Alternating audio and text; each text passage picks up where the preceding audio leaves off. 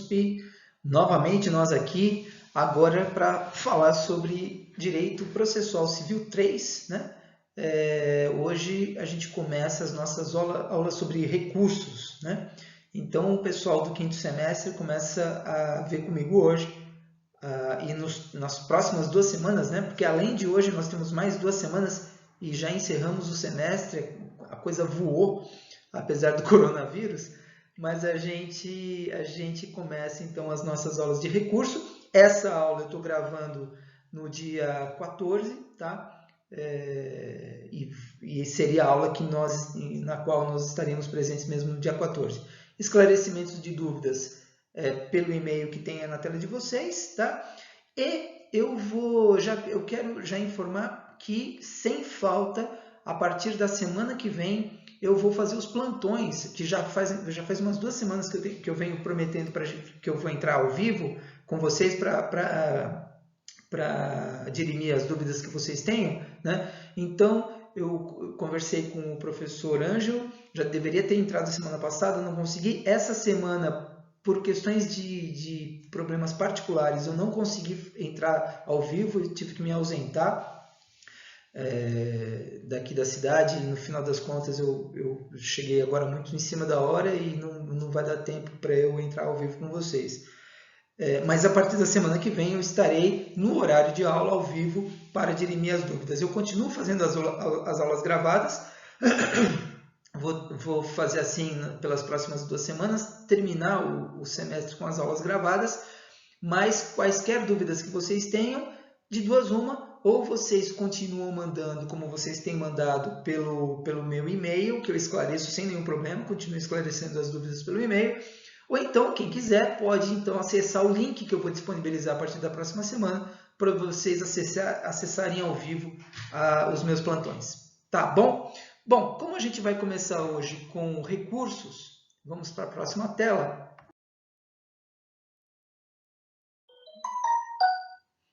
Então, nossa tela, né? Nosso tema, recursos. O Código de Processo Civil, ele abrange o assunto sobre recursos do artigo 994 até o 1044. Esse interregno de artigos são todos exclusivos sobre recursos, tá?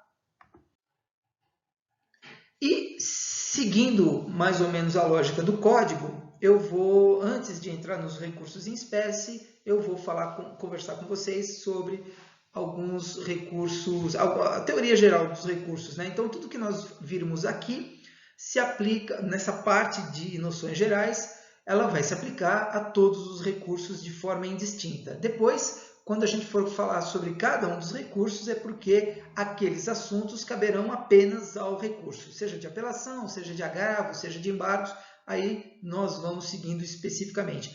Tudo que vocês estudarem e que tenha a denominação noções gerais é porque são aspectos dos recursos que abrangem todos os recursos de forma indistinta, tá? Bom, o que é um recurso processual, né? Já que a gente está falando tanto de recurso processual, o que é um recurso processual? Então, é uma forma ou meio idôneo de requerer o reexame da decisão, né, dentro do mesmo processo em que foi proferida, antes da estabilização da decisão pela coisa julgada. Então, vejam que o conceito que eu estou apresentando aqui é um conceito geral. Eu não estou falando de sentença, não estou falando de decisão interlocutória, eu estou falando de decisão judicial. Afora os despachos que a gente vai ver depois, todas as decisões judiciais que possam causar algum gravame para alguma das partes, em relação a todas as decisões judiciais, sejam elas sentenças, sejam elas decisões interlocutórias, sempre caberá a possibilidade de recursos, né? E cada recurso será adequado a cada tipo de situação jurídica e de cada tipo de manifestação judicial, né? Agora, o que é básico em todos os recursos é que, primeiro, é o meio idôneo. Por quê? Porque é o meio reservado pelo Código de Processo Civil para se requerer o quê? O reexame da decisão judicial. Eu ainda não estou entrando no mérito de qual decisão, se é interlocutória, se é sentença. mas é um reexame da decisão dentro do mesmo processo. Por que eu estou falando dentro do mesmo processo? Porque nós vimos na semana passada a ação rescisória.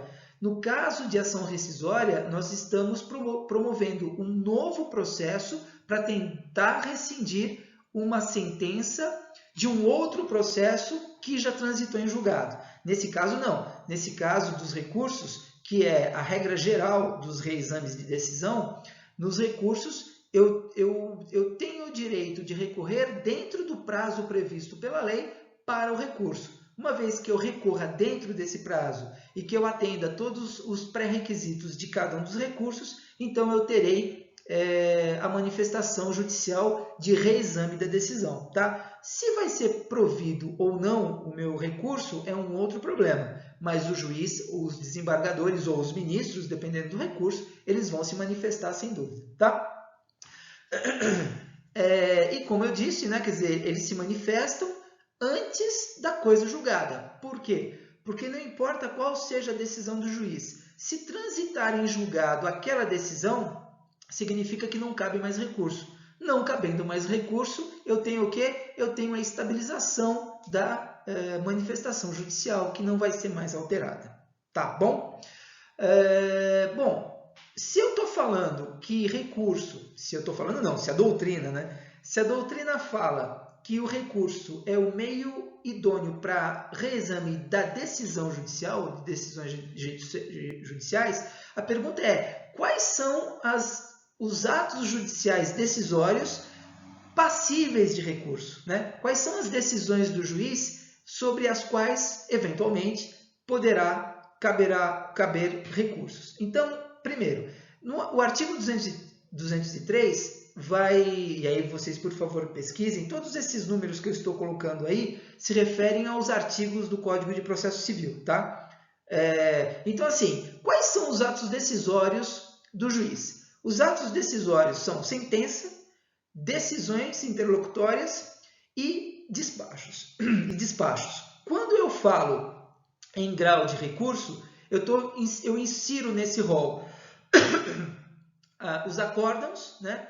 E as decisões singulares do relator. Tá? Claro que geralmente as decisões são colegiadas, mas em alguns casos expressamente previstos pelo Código de Processo Civil, que a gente vai ver inclusive, as decisões são singulares.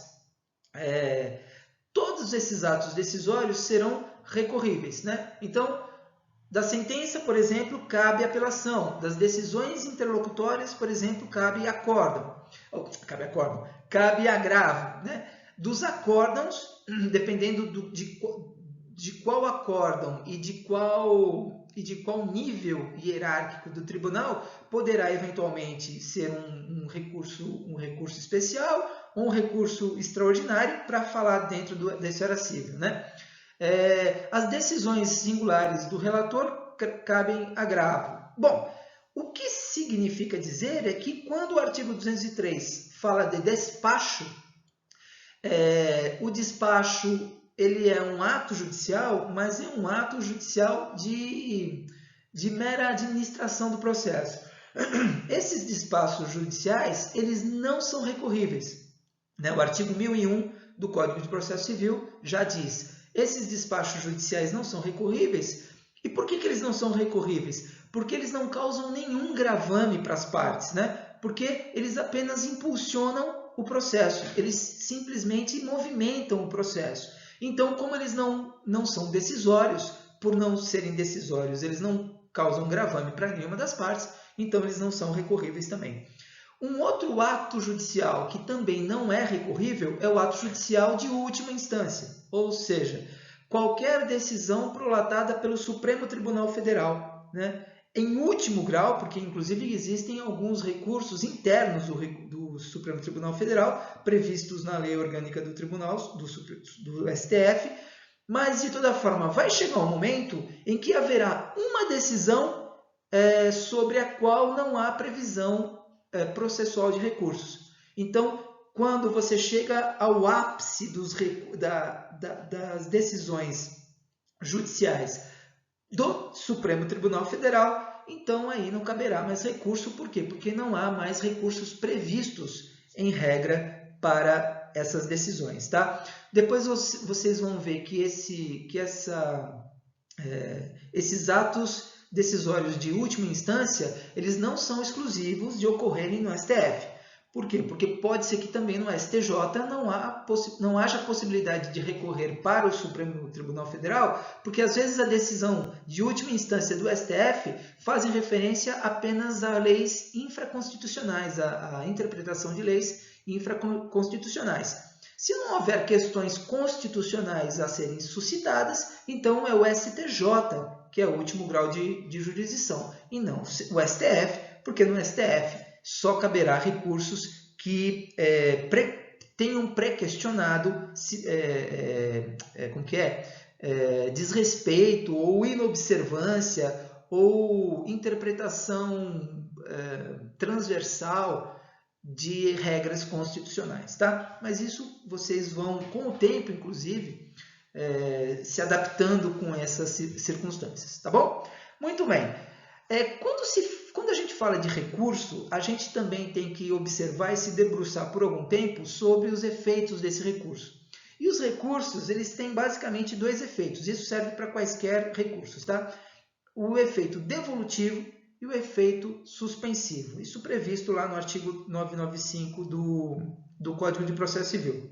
Então, assim, via de regra, os recursos, eles não impedem a eficácia da decisão, ou seja, eles não impedem o cumprimento da decisão a qual, seja essa decisão a qual a sentença, seja um acórdão de um tribunal inferior, não impedem. Quando isso ocorre, significa dizer que o recurso ele foi recebido apenas no efeito devolutivo, o que significa dizer que foi interposto o recurso e esse recurso será reexaminado, vai ser reanalisado pelo Tribunal Superior. De toda forma, a decisão do juízo a qual, ou seja, ou o juízo monocrático ou o tribunal de uma instância inferior, ela vai ser cumprida, né? Então, quando ocorre o efeito devolutivo, significa que a decisão do juízo a qual é devolvida ao juízo adquém, ou seja, o juízo ou tribunal superior, para reexame da decisão, né? E não haverá suspensão da aplicação da sentença ou do acórdão do juiz anterior. Então, o que significa efeito devolutivo do recurso? O efeito devolutivo do recurso, que é o efeito que tem em todos os recursos, em todas as circunstâncias, em todos os recursos isso existe, significa dizer que o tribunal adquém, como está escrito aí, né? O tribunal que vem numa instância superior, ele vai reexaminar aquela decisão do juízo a qual, seja ele juízo monocrático, seja ele colegiado, no caso do tribunal, tá? Agora, os recursos não impedem a eficácia da decisão, salvo disposição legal ou decisão judicial em sentido diverso. Por quê? Porque a eficácia da decisão recorrida poderá ser suspensa, tá? Por decisão do relator. Nesse caso, ocorrerá o efeito suspensivo do recurso, né? Agora, isso vai ocorrer, o juiz poderá também dar ao recurso não só o efeito devolutivo, mas também o efeito suspensivo, quando houver da imediata produção dos seus efeitos, houver risco de dano grave, de difícil ou de impossível reparação, ou se ficar demonstrada a probabilidade de provimento do recurso, né? Então, o que a gente diz sobre isso? Todos os recursos têm um efeito devolutivo. E é claro, o efeito devolutivo ele é inerente ao recurso, por quê? Porque devolve ao Poder Judiciário, mas agora numa instância superior, a possibilidade de reexame da decisão a qual, tá? Isso é uma coisa. Agora, os recursos, de um modo geral, podem ter o efeito suspensivo. Por quê? Porque, via de regra, a decisão prolatada na sentença ou no acordo anterior, elas são executáveis, né? Então, é possível se cumprir a sentença ou acórdão, a quo, a partir do momento em que eles são prolatados. No entanto, toda vez que houver risco de um dano grave, de uma difícil ou mesmo impossível reparação, ou se ficar demonstrada a grande probabilidade do recurso ser provido, o que vai fazer o juiz, o desembargador relator ou o ministro relator, dependendo do grau de instância, ele vai também dar àquele recurso o efeito suspensivo, dizendo tipo assim, ó, pega para juiz, para tribunal inferior, por quê? Porque agora eu vou analisar a decisão a quo para verificar se ela foi dada corretamente ou incorretamente, né? Então, assim, não vamos cumprir a decisão, a sentença, ou não vamos cumprir o acórdão de grau inferior. Por quê? Porque se a gente cumprir, pode ser que se houver uma reforma posterior, aquele dano seja irreversível. Né? Então, essas situações deverão ser analisadas ponto a ponto, sempre a cada recurso, né? Sempre por tribunal ad quem, para que haja, além de uma segurança jurídica, uma segurança das partes, para que elas não sejam prejudicadas em razão do imediato cumprimento da sentença, tá? Ou do acórdão do tribunal a quo, tá? Então, os efeitos devolutivo e suspensivo dos recursos é um assunto bastante importante e muito técnico, né? Muito técnico, e eu peço que vocês deem atenção especial a esse assunto na leitura, no estudo de vocês, não apenas para a prova, mas para a vida, porque isso aqui é uma análise que a gente tem que fazer corriqueiramente, a gente tem que fazer sempre, caso a caso, toda vez que a gente vai se debruçar num recurso qualquer, tá? Muito bem, próxima tela. Um outro dado importante para a gente analisar agora nessa nota introdutória, nessas noções gerais dos tribunais, é a questão do recurso adesivo, tá? Previsto lá no artigo 997, parágrafo 1º do CPC. Então, o que prevê o artigo 997? Vai dizer o seguinte, olha, cada parte poderá interpor o recurso independentemente no prazo e com observância das exigências legais. Então, assim, basta a parte ser sucumbente, ou seja, pode ser que, se a ação for considerada totalmente procedente, o réu pode recorrer.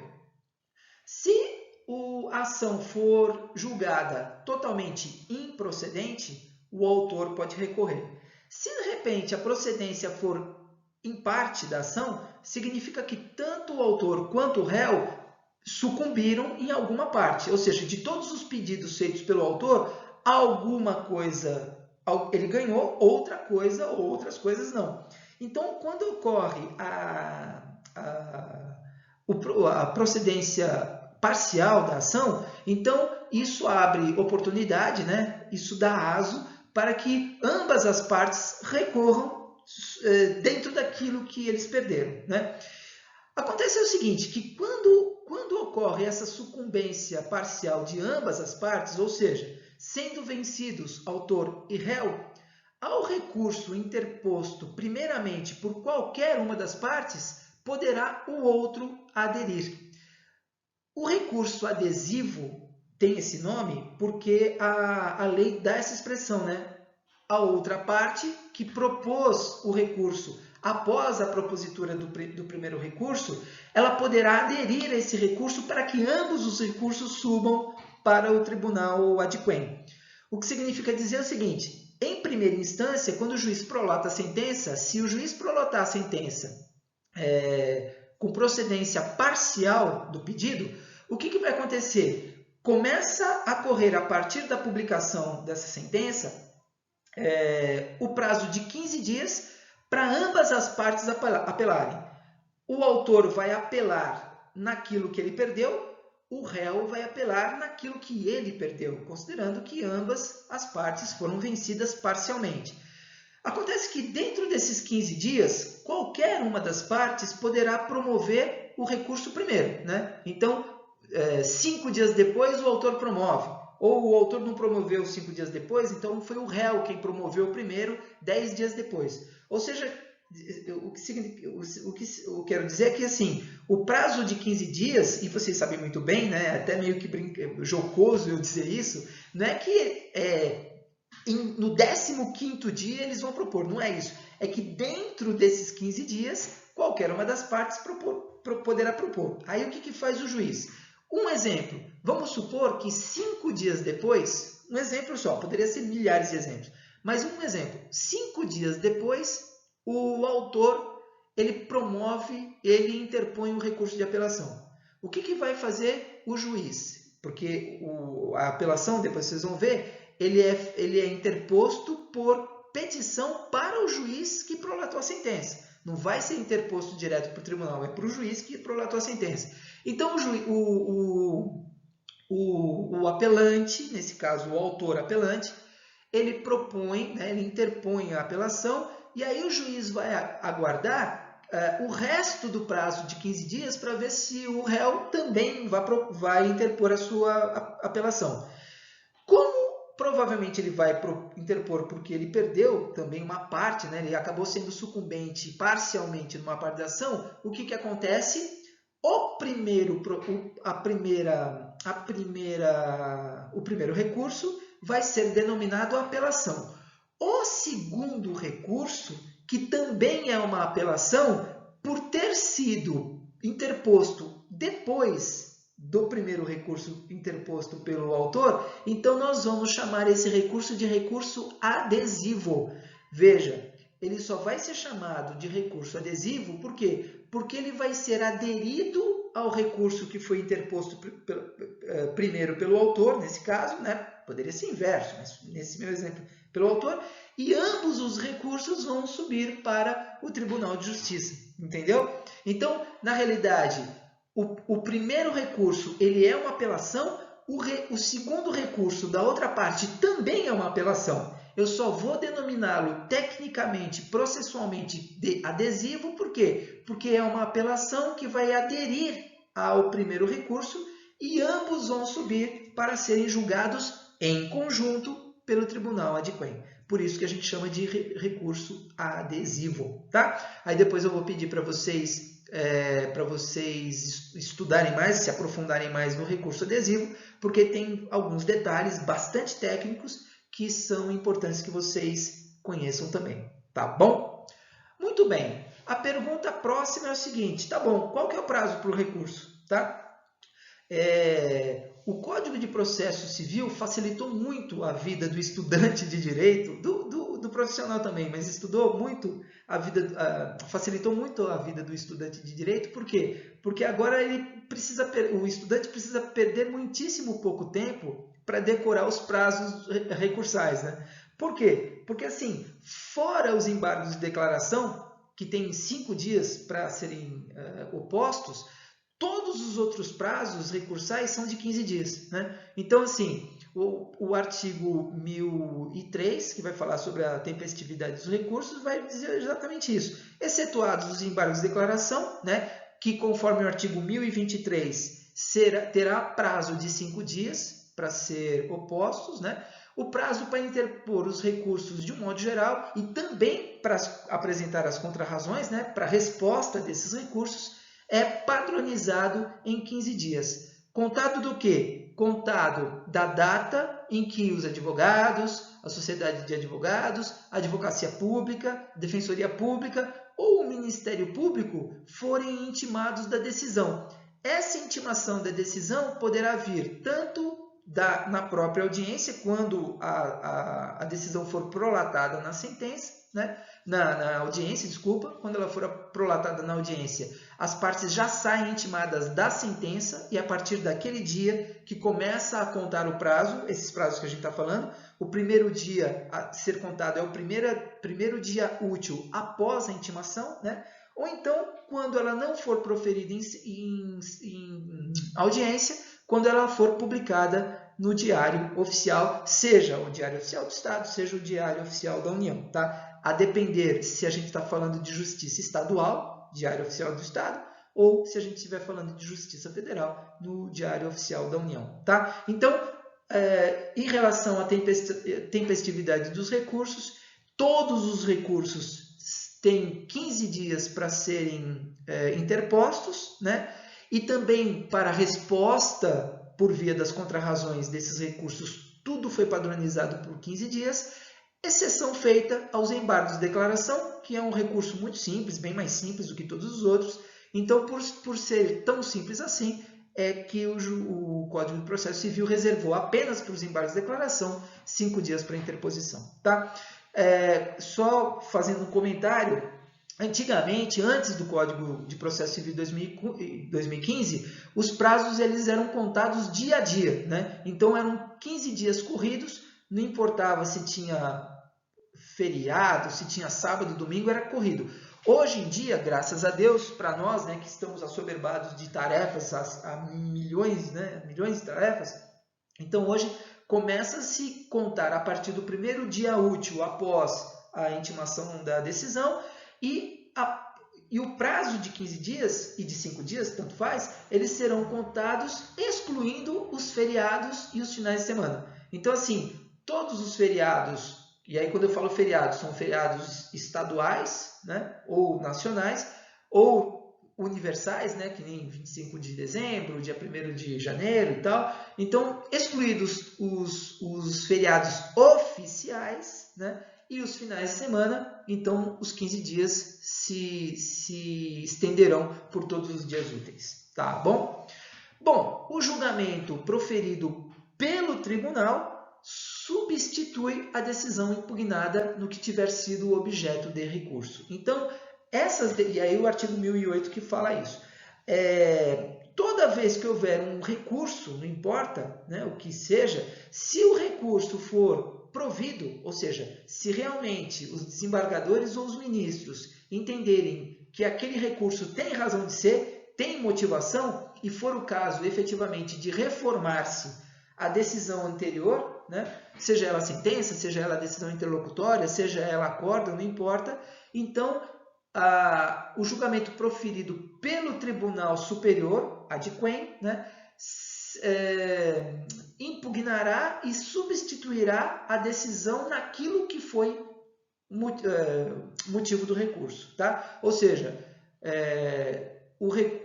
a decisão ela permanece, mas vai ser substituída naquilo que foi suscitada pelo recurso. Tá bom? Vamos lá, próxima tela. E aqui eu apresento o rol, o CPC apresenta então o rol dos recursos cabíveis, né? Então a gente tem apelação, agravo de instrumento, agravo interno, embargos de declaração, recurso ordinário, recurso especial, recurso extraordinário. Depois temos agravo em recurso especial ou extraordinário. E, finalmente, os embargos de divergência. Tá? Esses são os 9 recursos previstos pelo CPC. Tá? A gente vai ver cada um deles, claro. Próxima tela. Então, vamos começar pelo filé mignon, né? Que é a apelação. Não desfazendo os outros recursos, né? Mas é o que a gente mais, com certeza, é o que mais a gente frequentemente se debruça, né? Claro que o recurso extraordinário é importantíssimo, mas não são todos os casos que chegam até o STF. Né? Recurso especial, muito importante, mas não são todos os recursos que chegam até ao STJ. Agora, bastou haver uma sentença, com certeza, uma das partes ou ambas as partes não ficarão satisfeitas. Então, é muito comum haver apelação da sentença. E por que apelação da sentença? Porque é justamente isso, esse é o conceito, né? A apelação é o recurso que cabe a toda sentença. Então, sentença prolatada, se houver recurso, em não sendo, obviamente, os embargos de declaração, que é um recurso específico para esclarecer algumas dúvidas da sentença, obscuridade, contradição, mas não havendo problemas materiais na sentença, então a questão vai ser recorrida para o Tribunal Superior, o Tribunal adquem, né? o imediatamente superior, por meio da apelação, tá? Forma de interposição, conforme previsto lá no artigo 1010. Então, assim, a apelação vai ser interposta pelo apelante, e aí já fica a dica, né? Quais são as partes no recurso de apelação? O apelante, que é aquele que apela, e apelado é aquele que contra si vai ser interposta a apelação, tá? Então, interposta pelo apelante por petição dirigida ao juízo de primeiro grau, que foi quem prolatou a sentença, tá? Então, a técnica forense é justamente essa. A apelação ela é interposta com uma primeira peça, que é a peça de interposição, né? Explicando muito sucintamente o desejo do apelante de levar as razões da sua apelação para o Tribunal Superior, né? E essa petição dirigida ao juiz de primeiro grau deve conter necessariamente, primeiro, os nomes e a qualificação completa das partes, tá? A exposição do fato e do direito. Quando se fala a exposição do fato e do direito, são duas coisas. Resumidamente, contar os motivos pelos quais houve a distribuição da ação, né?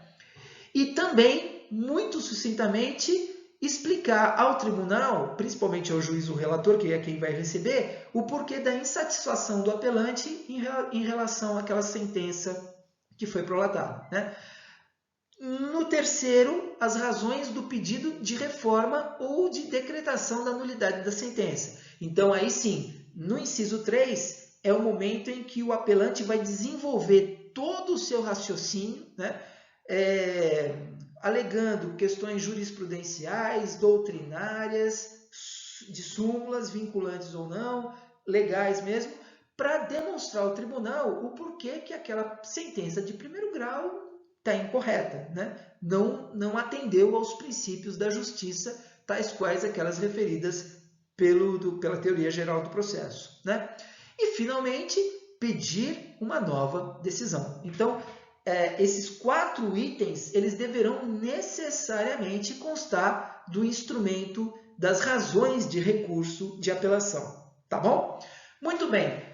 Efeitos da apelação, regra geral, ela será recebida nos efeitos devolutivo e suspensivo, ou seja, quando a sentença, quando o recurso de apelação ele é recebido, então ele vai ser recebido nos dois efeitos.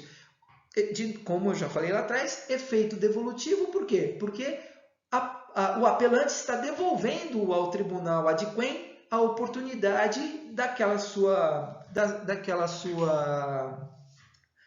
seu processo ser revisto, né? Ser reexaminado através do reexame da sentença, obviamente, né? E também no efeito suspensivo, por quê? Porque se esse recebimento, se o efeito suspensivo não não ocasionar graves prejuízos à parte que sucumbiu no processo, o juiz poderá suspender a eficácia da sentença, ou seja, o cumprimento da sentença, para que ela seja cumprida ou integralmente, se o recurso de apelação for improvido, ou que ela possa ser cumprida com as adaptações feitas com o provimento do recurso que foi interposto. Porque esse provimento poderá ser total ou parcial, mas mesmo que seja apenas parcial, alguma modificação vai ser feita na sentença. E é obviamente isso, né? Quer dizer, como a sentença deverá ser cumprida, então que ela seja cumprida já com as modificações trazidas pela reforma, por sua reforma por conta do tribunal, né? Então a ideia é essa.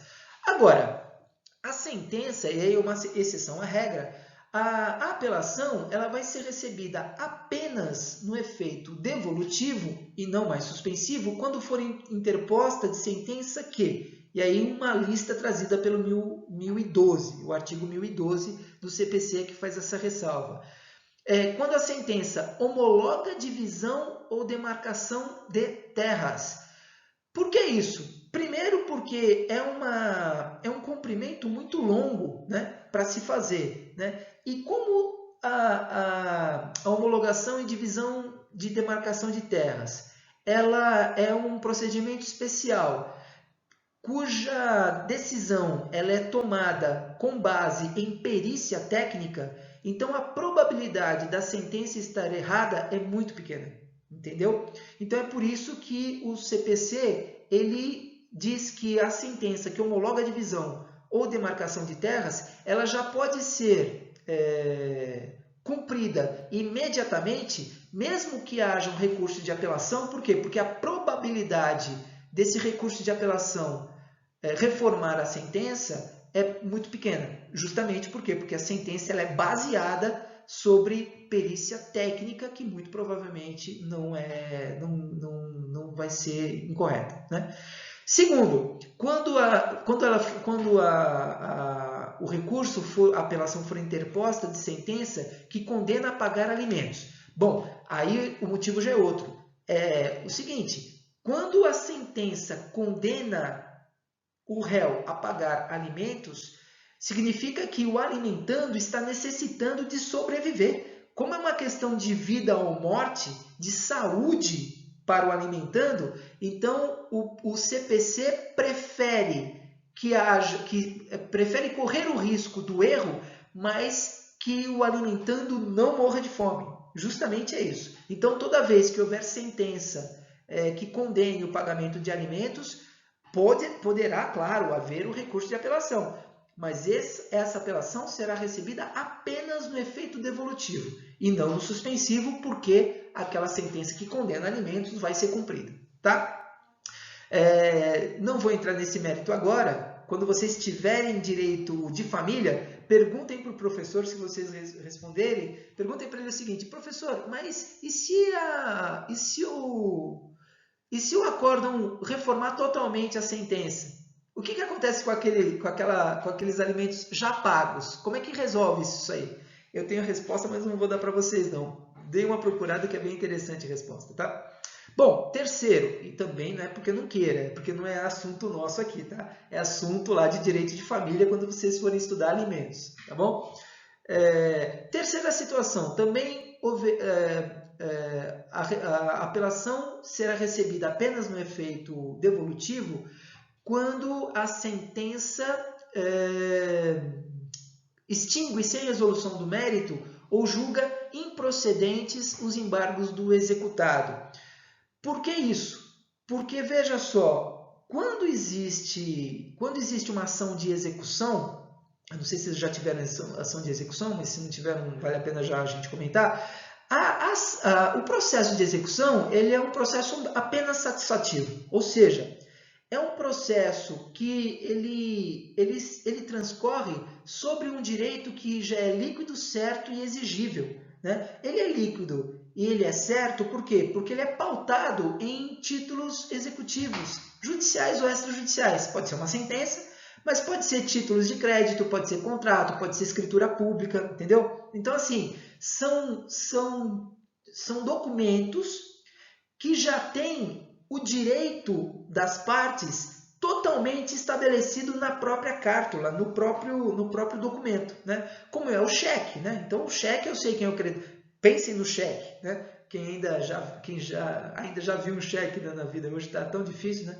Mas quando você vê um cheque, uma nota promissória, por exemplo, o que você está vendo lá? Você está vendo, você já sabe quem é o credor, quem é o devedor, qual é o valor da dívida, quando que a dívida vai se vencer, né?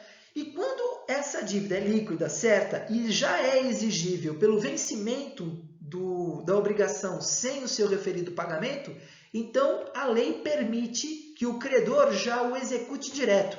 Não precisará de uma ação de conhecimento mais. Ela vai direto para a execução. O juiz, quando intima o réu, ele não intima para ele responder em 15 dias.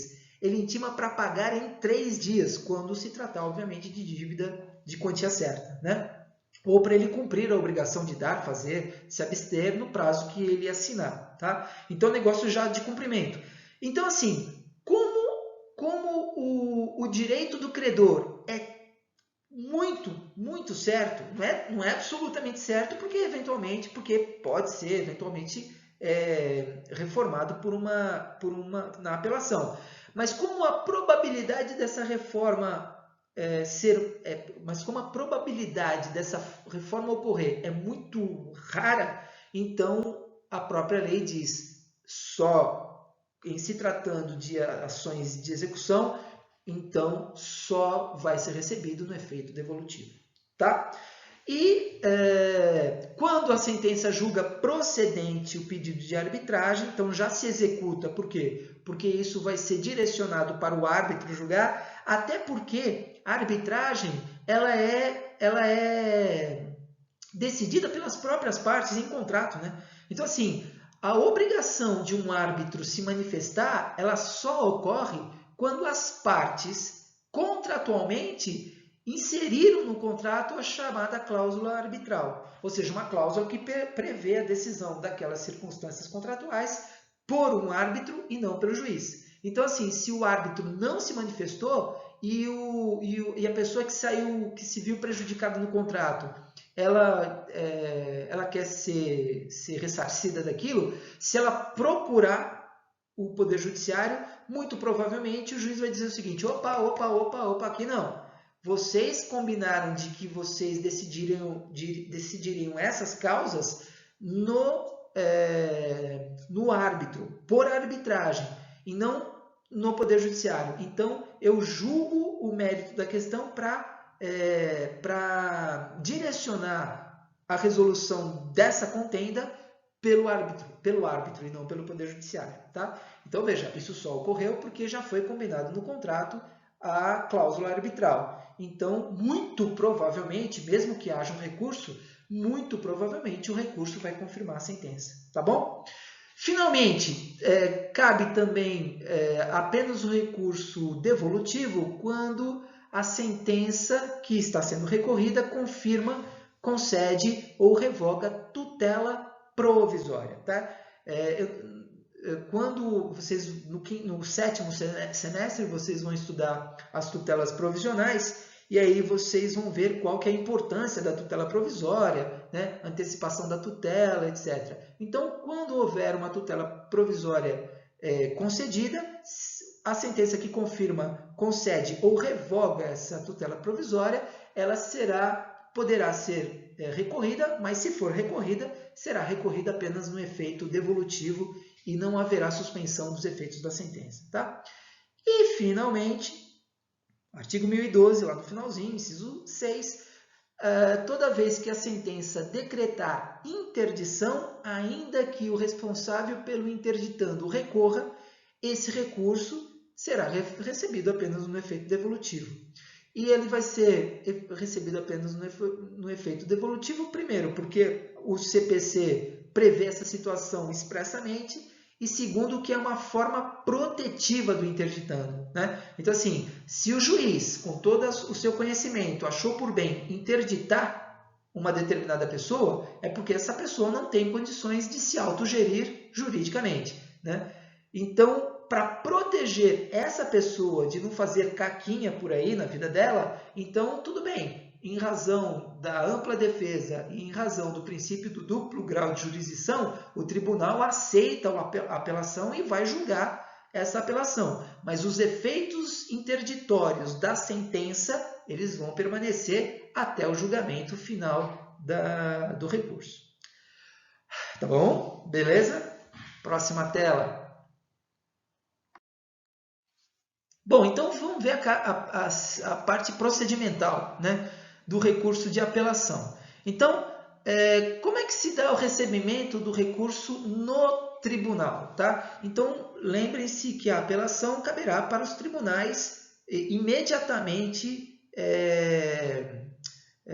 superiores ao juízo monocrático, né? Então, aqui em São Paulo, por exemplo, a gente está falando do Tribunal de Justiça de São Paulo, Tribunal de Justiça do Rio de Janeiro, Tribunal de Justiça da Bahia, enfim. Tá? Então é o seguinte, recebido o recurso de apelação no tribunal, e distribuído imediatamente. Por que distribuído imediatamente? Porque o tribunal recebe o recurso e distribui para as câmaras, né? Então, se forem apelações cíveis, vai para as câmaras de direito privado. Se for apelação criminal, vai para as câmaras de direito público, né?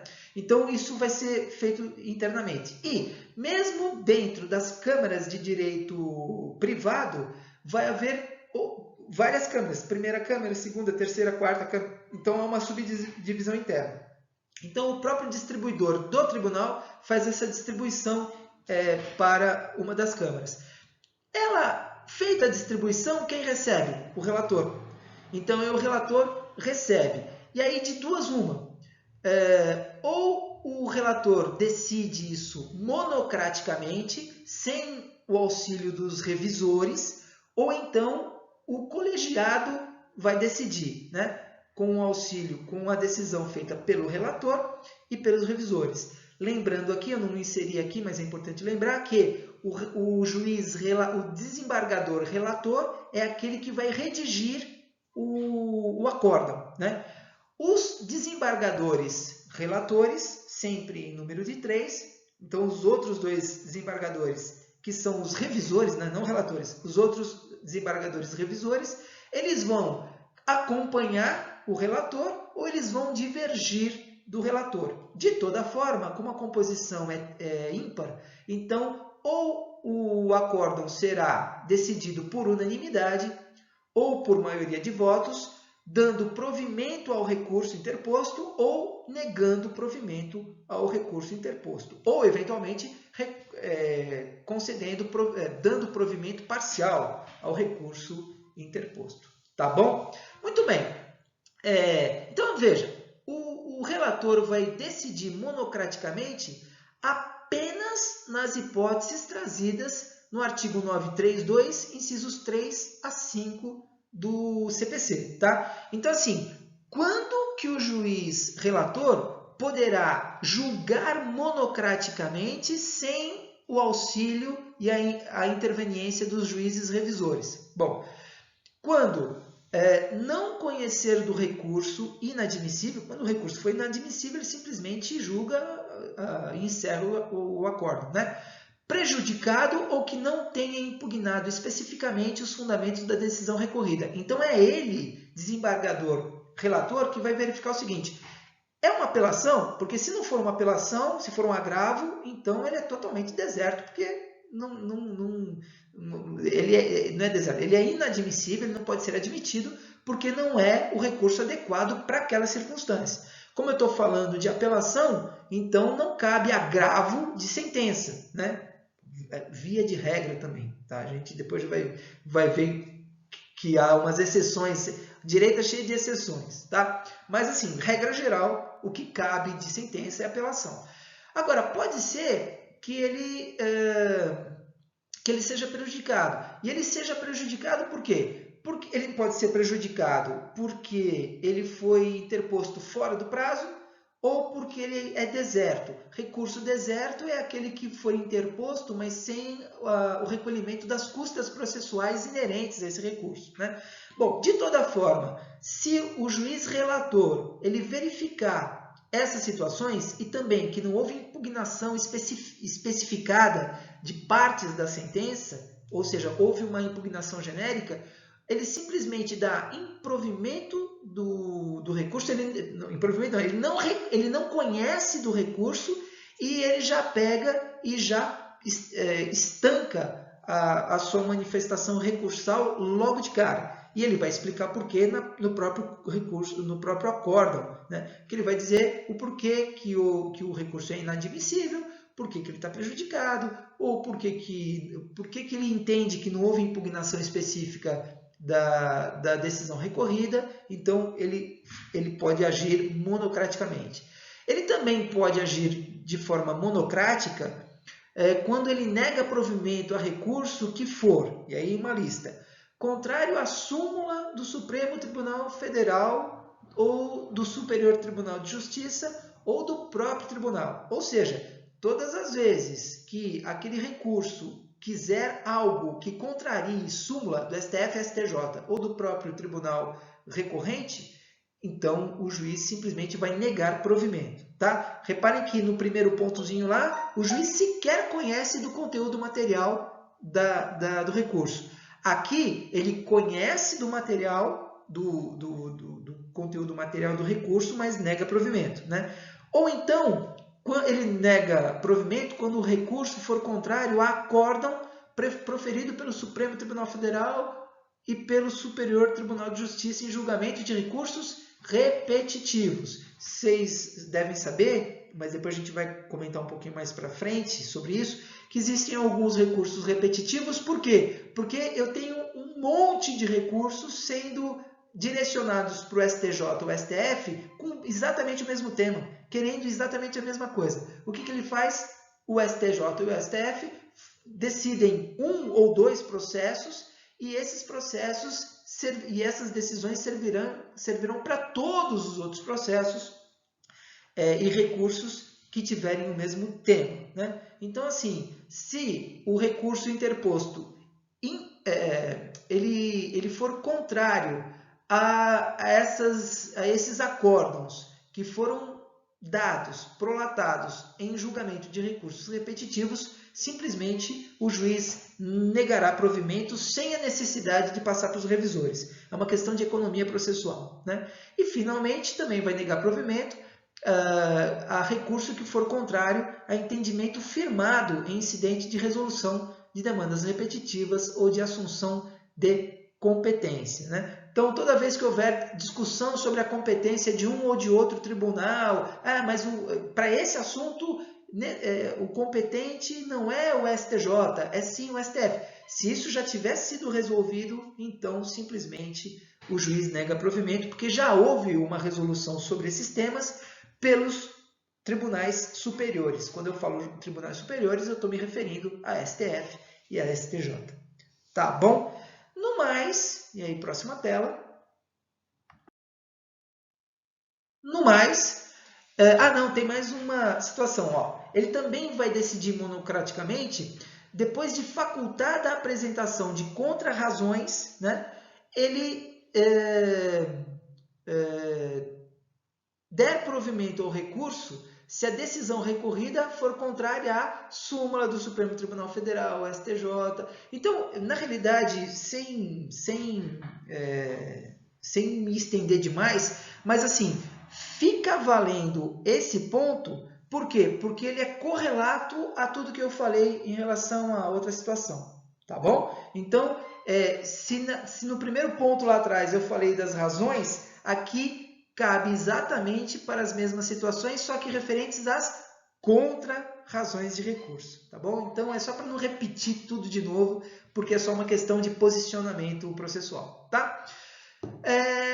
Agora, afora esses casos trazidos pelo 932, o juiz, o desembargador relator, ele vai elaborar o seu voto para julgamento, ele vai especificar, tintim por tintim, quais são as motivações da sua decisão, né? E depois ele vai franquear esse seu voto, esse seu julgamento, para que os desembargadores revisores possam se manifestar, de novo, como eu disse, ou acompanhando o juiz relator, o desembargador relator, ou então se opondo à decisão do desembargador relator. Sempre motivando as suas decisões.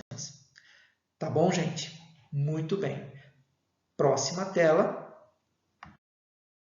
Só para finalizar, a apelação devolverá ao tribunal o conhecimento da matéria impugnada. Então, o 1013 ele é muito claro quanto a isso. A apelação devolverá ao tribunal o conhecimento da matéria impugnada.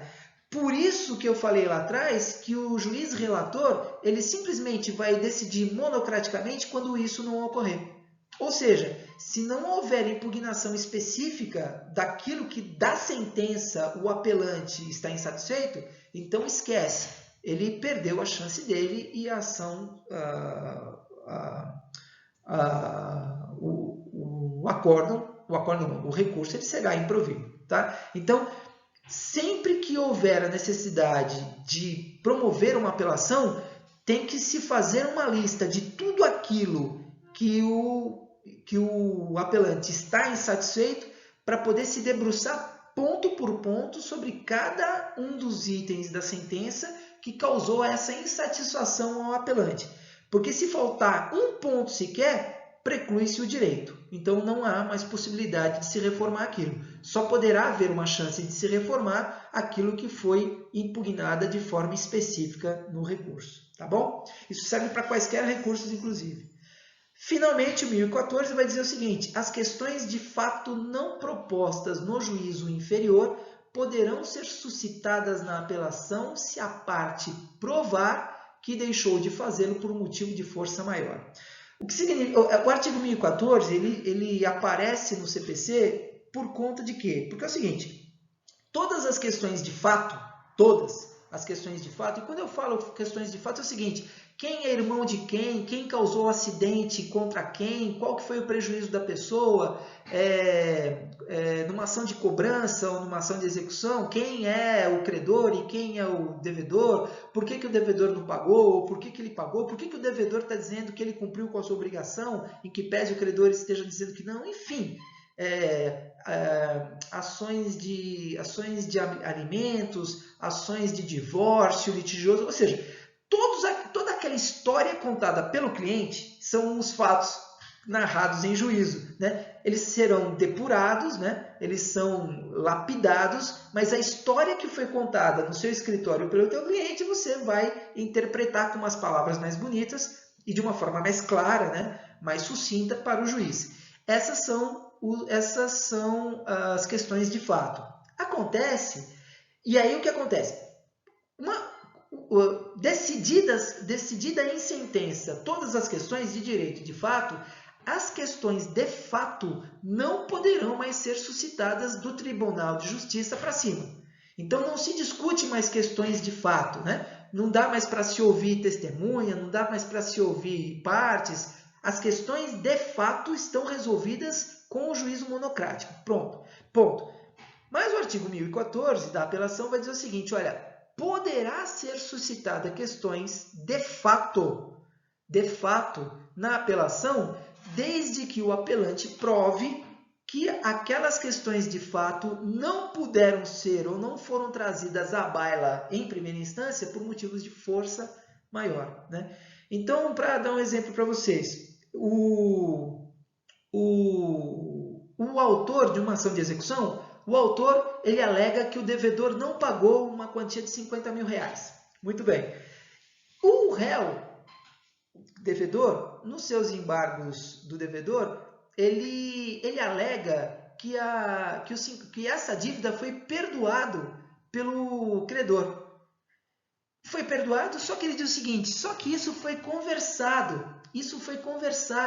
Eu não tenho um documento que prove que ele me perdoou 50 mil reais. Nós estávamos conversando, ele não estava bêbado, nós dois estávamos conversando de boa e ele categoricamente me falou que ele me perdoava, porque ele tinha ganhado uma grana enorme lá no negócio que ele fez e que 50 mil reais para ele não era nada, e tanto não era nada que ele ia aprovar me perdoando a dívida. Mas eu não tenho prova disso. Aí ele junta a testemunha. Mas a testemunha é um problema, porque, enfim, não vai ser ouvida. E se for ouvida, a testemunha é facilmente oposta por uma outra testemunha. Enfim, o negócio fica feio para o lado do devedor. Muito bem. O devedor, ele perde a ação, ele é condenado a pagar os 50 mil reais. E aí ele conversa com alguém, dizendo: puta, eu estou muito triste, olha só, o credor me perdoou a dívida, ele está me cobrando, você estava lá, você viu? Eu estava lá. Eu vou dizer, eu gravei, hein? Como assim? Eu gravei, só que é o seguinte, eu gravei, só que eu fui furtado, e eu não tenho isso para você. E aí, de repente, esse cara que tinha o celular e foi furtado, ele consegue recuperar esse celular com essa gravação filmada do credor perdoando a dívida do réu. O que faz o devedor imediatamente? Ele pega e promove uma ação de apelação, um recurso de apelação, dizendo a mesma coisa para o Tribunal Superior, para o Tribunal ad quem, aquilo que ele falou em juízo de primeira instância, mas como foi dada a sentença e a sentença já foi publicada, não é possível reformar. Mas como ele está dentro do prazo de recorrer, o que ele faz? Ele recorre para o Tribunal de Justiça, ele apresenta as suas alegações de direito, que houve realmente perdão da dívida, e aí ele pega e pede a autorização para ele apresentar uma prova. Agora, não seria o momento adequado para apresentar essa prova, essa filmagem mostrando que houve o perdão da dívida, não seria. Mas se ele demonstrar que houve força maior, por quê? Porque primeiro ele não sabia dessa gravação. Segundo, quando ele soube da gravação, essa gravação estava inacessível, por quê? Porque ela tinha sido furtada por um meliante qualquer. Mas depois, depois eles conseguiram recuperar, houve boletim de ocorrência por um milagre de Deus. Ele conseguiu recuperar essa gravação e ele está apresentando originalmente agora para o relator. Ele não apresentou durante a audiência, a fase de instrução, porque ele não tinha prova, mas agora, por força maior, ele não tinha, e agora também por força maior ele conseguiu encontrar. Nesse caso é possível aplicar o 1014.